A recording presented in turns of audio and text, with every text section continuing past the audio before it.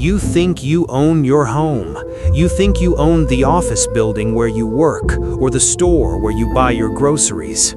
But in the most expensive cities on Earth, you are likely walking on borrowed ground, and you don't even know who you're borrowing it from.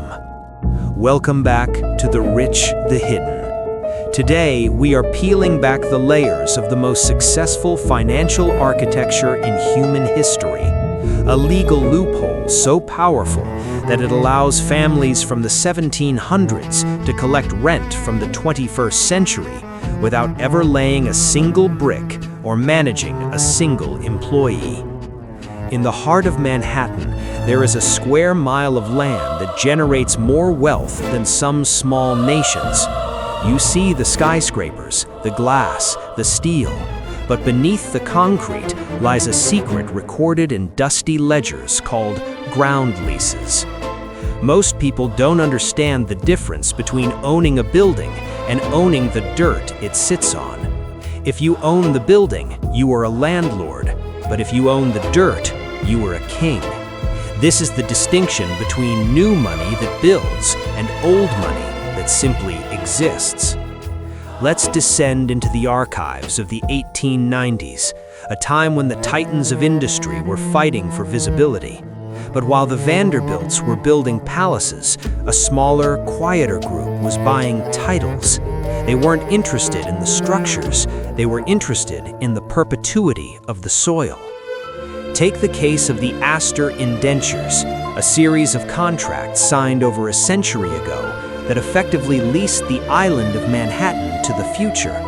These aren't 12-month apartment leases. These are 99-year traps designed to outlive the people who signed them. Imagine you were a billionaire developer. You spend $1 billion to build the most magnificent tower in New York. You think you've reached the pinnacle of success, but there is a clock ticking in a vault in London or Switzerland, a clock set for 99 years. When that clock hits zero, the building, the improvements, the marble, the elevators, and every cent of value created reverts back to the owner of the soil for $0. This is the Great Reversion, and it is the reason why some of the richest families in the world don't appear on the Forbes list.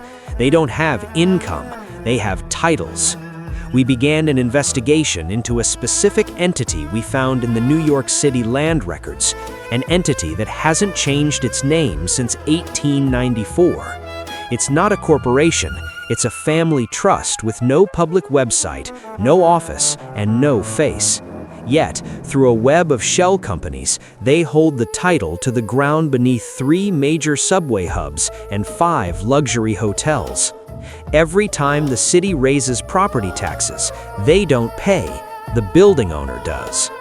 Every time a new skyscraper is built on their land, they simply sit back and watch their ground rent escalate with inflation. They have achieved the ultimate dream of the elite, absolute leverage without risk. But it goes deeper than New York. This landlord bloodline has expanded its shadow.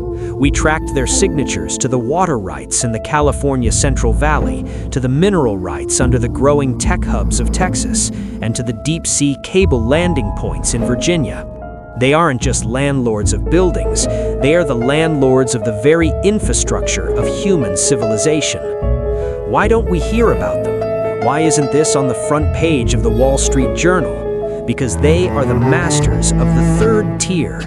Tier 1 is the consumer, you. Tier 2 is the corporation, the brands you know. Tier 3 is the owner of the foundation, the owners who own the ground upon which the corporation stands. The Sterlings, the Astors, the unknown heirs of the old world wealth, they realize that you don't need to be the CEO of a tech giant if you own the land the server farm is built on. If the CEO doesn't pay the ground rent, you evict the entire company. You take their technology, you take their history, you take everything. This is the silent extraction.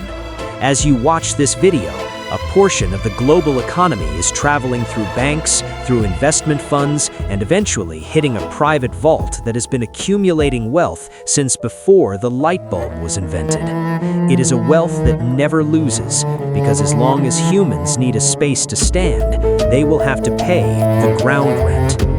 In this deep dive, we are going to show you the maps, the actual physical maps used by these trusts to divide the world into zones of extraction. We will look at the 99-year leases that are about to expire in London's West End, and the quiet panic they are causing among the modern billionaires who thought they were the ones in charge. We will reveal the names hidden behind the nominee directors, the lawyers whose only job is to ensure that the family name never appears in a digital search. And we will explain why the next global conflict won't be fought over borders, but over the titles to the ground beneath them. History is a game of musical chairs, and the music is starting to slow down. The chairs aren't the buildings, the chairs are the land. And when the music stops, who is left holding the key to the floor you're standing on? Now, look at your own city. Look at the oldest building you can find and ask yourself, who owns the dirt? Is it the city? Is it a bank? Or is it a ghost from the 18th century still collecting a check from your future? Do you truly own anything? Or are we all just temporary tenants in a world owned by those who choose to remain hidden? The lease is running out, and the owners are coming to collect. This is The Rich, the Hidden. Subscribe and stay tuned, because the deeper we go, the more you'll realize that the ground beneath you is not as solid as you think.